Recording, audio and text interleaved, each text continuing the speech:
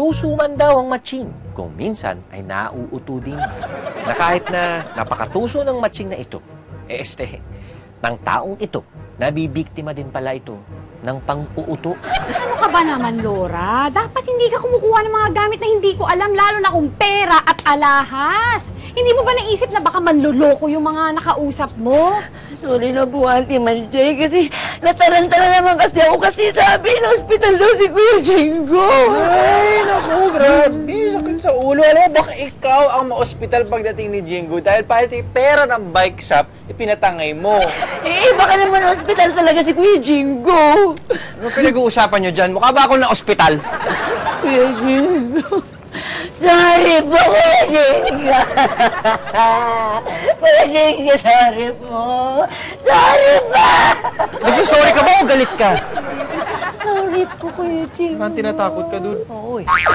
Sa susunod, Laura, mag-iingat ka para hindi ka naloloko ng basta-basta. Alam mo, buti hindi ka siningil sa mga pinagkukuha mo at binigay dun sa mga manloloko. Ay, nako! Kung ako sa inyo, dapat tumawag na tayo ng pulis! Baka mamaya, may kasabot pa yung maldita na yan ng mga masasamang tao! Laura, mabigat man sa kalooban namin na paalisin ka, pero hindi din kasi biro yung mga nawala sa amin dahil sa kapabayaan mo. Nako, dapat talaga palayasin yan! Palayasin yan! Hindi! Lumayas ka! Awa niyo na, Kuya Jingo, wag pa. Palayasin mo yan! Lumayas ka! Pag hindi niyo pinalayas yan, eto! Mama eh?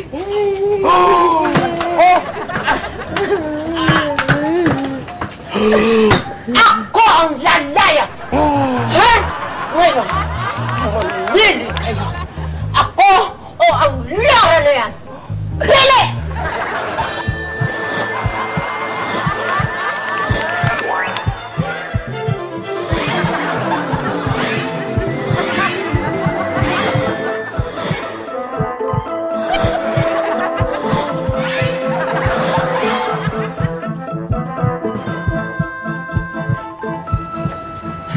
Ngit, pwede bang si Mama A na lang ang paalisin natin?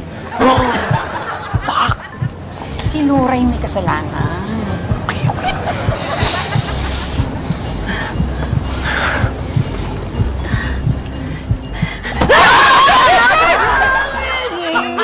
I'm sorry, Laura, but your journey ends here. I'm